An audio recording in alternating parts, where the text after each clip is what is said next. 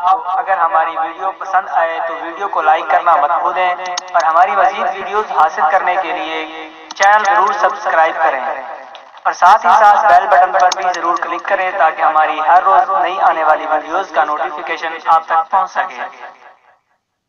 بسم اللہ الرحمن الرحیم۔ السلام علیکم ورحمۃ اللہ وبرکاتہ۔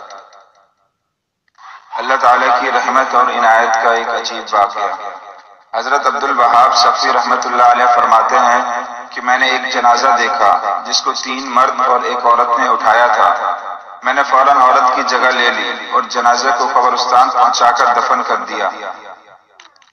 بعد میں اس عورت سے پس پردہ معاملہ دریافت کیا تو اس نے کہا کہ مرحوم میرا بیٹا تھا، لیکن مخنث یعنی ہجڑا تھا، اس لیے پاس پڑوس کے سبھی لوگ اسے نہایت حقیر سمجھتے تھے، جس کی وجہ سے اس کے مرنے کے بعد بھی کسی نے کفن اور کندھا دینا پسند نہ کیا۔ شیخ فرماتے ہیں کہ میں نے اس رات خواب میں سفید لباس میں ملبوس ایک شخص کو دیکھا جس کا چہرہ 14ویں رات کے چاند کی طرح چمک رہا تھا۔ اس نے آ کر میرا شکریہ ادا کیا اور کہا، میں وہی ہوں جسے آج تم نے دفن کیا۔ اللہ تعالیٰ نے میری مغفرت اس لیے فرما دی کہ لوگوں نے مجھے حقیر سمجھ کر چھوڑ دیا تھا۔ حدیث قدسی ہے، بلا شبہ اللہ جل شانہ اپنی مخلوق کو پیدا کرنے سے پہلے یہ تحریر لکھ دی ہے کہ میری رحمت میرے غضب سے بڑی ہوئی ہے۔ یہ تحریر اس کے سامنے عرش پر موجود ہے۔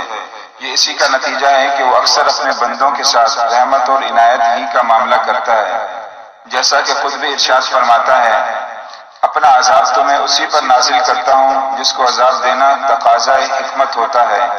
رہی بات میری رحمت کی تو وہ ہر چیز پر چھائی ہوئی ہے۔ دنیا میں تو ہر کسی کو اس سے فائدہ ہوتا ہے، پھر یہ بھی تو اسی رحمت کا ایک حصہ ہے کہ وہ اپنے گناہگار بندوں کو معاف کرنے کے مواقع اور بہانے عطا کرتا ہے۔ سبحان اللہ۔